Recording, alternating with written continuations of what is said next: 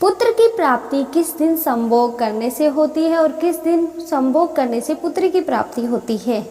साधु महाराज ने बताया कि तुम चिंता मत करो, मैं पुत्र प्राप्ति का उपाय बताता हूँ, जिसे यदि तुमने पूरी निष्ठा से किया तो तुम्हें पुत्र की प्राप्ति अवश्य ही होगी। इसके लिए मैं तुम्हें कुछ नियम बताता हूँ, इसे ध्यान से सुनो।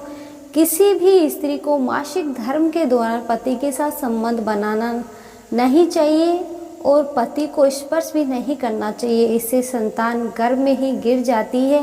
गर्भ धारण की हुई स्त्री को भगवान की पूजा अर्चना करते रहना चाहिए तथा उसके मुख से सदैव ही प्रसन्नता होनी चाहिए। साथ ही गर्भवती स्त्री को कभी भी दुख और निराश नहीं करना चाहिए, क्योंकि दुखी रहने पर संतान पर बुरा प्रभाव पड़ता है। और गर्भवती स्त्री को कभी दूसरों के घर का भोजन नहीं करवाना चाहिए तथा जितना हो सके अपने ही घर में रखना चाहिए। गर्भवती स्त्री को कभी भी डरावनी चीज़ें नहीं देखनी चाहिए, क्योंकि इससे संतान पर बुरा प्रभाव पड़ता है।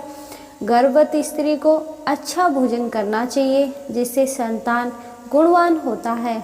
और जो भी स्त्री इन नियमों का पालन करती है वह उत्तम पुत्र को प्राप्त करती है। साधु महाराज ने कहा है कि अब मैं तुम्हें पुत्र प्राप्ति का उपाय बताता हूँ, इसे ध्यान से सुनो तो तुम्हें पुत्र प्राप्ति होगी। साधु महाराज ने कहा, किसी भी स्त्री को पुत्र प्राप्ति के लिए मासिक धर्म के प्रथम 4 दिनों में पति पत्नी को मिलन नहीं करना चाहिए, क्योंकि ऐसा करने से दुराचार पुत्र होता है। और 5वीं रात्रि में मिलन करने से पुत्री की प्राप्ति होती है तथा 6ठी रात्रि में मिलन करने से पुत्र की रत्न की प्राप्ति होती है। 7वीं रात्रि में मिलन करने से साध्व्या पुत्री होती है और 8वीं रात्रि में मिलन करने से बलशाली पुत्र की प्राप्ति होती है। 9वीं रात्रि में मिलन करने से सुंदर कन्या की प्राप्ति होती है तथा 10वीं रात्रि में मिलन करने से विद्वान और अति श्रेष्ठ पुत्र की प्राप्ति होती है। 11वीं रात्रि में मिलन करने से सुंदर आचरण वाली कन्या प्राप्त होती है। 12वीं रात्रि में मिलन करने से गुणवान पुत्र होता है।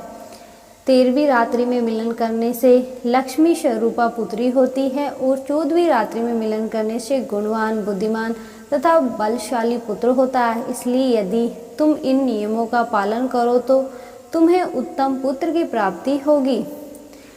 इस लेख में निहित किसी भी जानकारी सामग्री गणना की सटीकता या विश्वसनीयता की गारंटी नहीं है। विभिन्न माध्यमों, ज्योतिष और पंचांग प्रवचनों, मान्यताओं, धर्म ग्रंथों में संग्रहित कर ये जानकारी आप तक पहुंचाई गई है। हमारा उद्देश्य महज सूचना पहुंचाना है। इसके उपयोगकर्ता उसे महज सूचना समझकर ही ले। इसके अतिरिक्त इसके किसी भी उपयोग की जिम्मेदारी स्वयं उपयोगकर्ता की ही रहेगी। राधे राधे, धन्यवाद।